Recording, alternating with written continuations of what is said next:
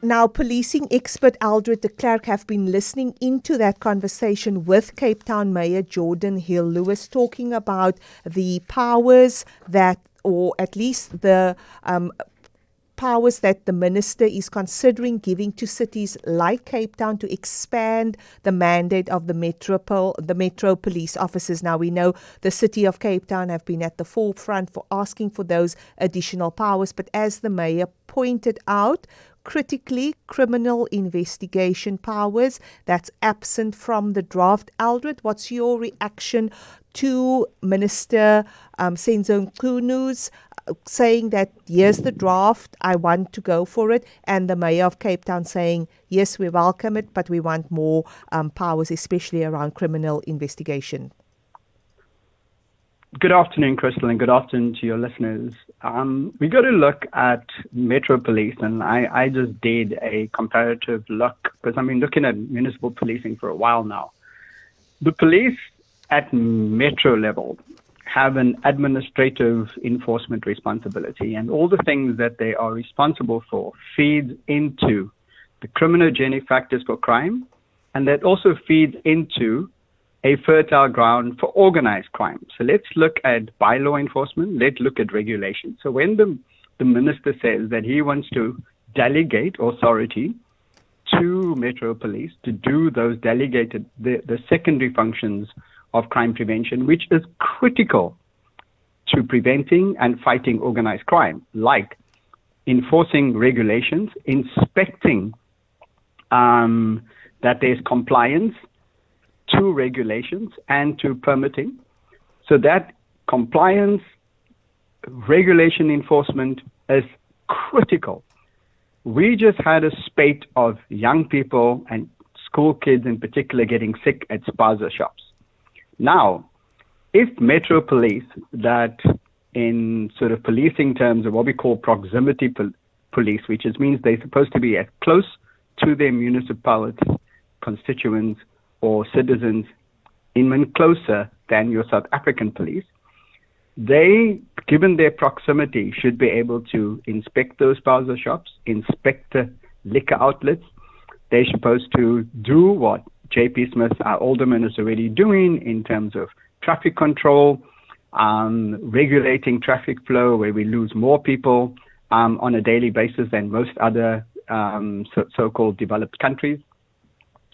So if these extension of delegated authorities like firearms, liquor, public health, if that's been delegated to Metro, let's applaud that. That will come and should come with full investigative authority to investigate, to write up a case, and then to present to judicial officers. So we have a role for the judiciary through its magistrates and investigating magistrates. So we need to, on the one hand, not turn Metro cops into little quasi-detectives, because that is what we see happening globally, where instead of doing their municipal policing and being closer to communities, policing with the community ethos, focusing on safety, health, public health and safety, and crime prevention, which they already have a mandate for, through ensuring that they inspect, they ensure compliance, they maintain and help to maintain order, and they focus on health and safety. Yes, they will be able to do things like deal with loitering, deal with littering, deal with the grime that makes sure that our country is our town is one of the most filthiest around. Those functions are not secondary, and they're not of any lesser importance than what police do, where you're chasing crooks or gangsters, supposedly, right? Because you're taking away the very basis for that organized criminality. And those functions are actually primary to preventing crime, increasing the very quality of people's lives, and that is what city administration should be focused on. And we're forgetting what the role of municipal administration is and municipal government and the spend of municipal budgets.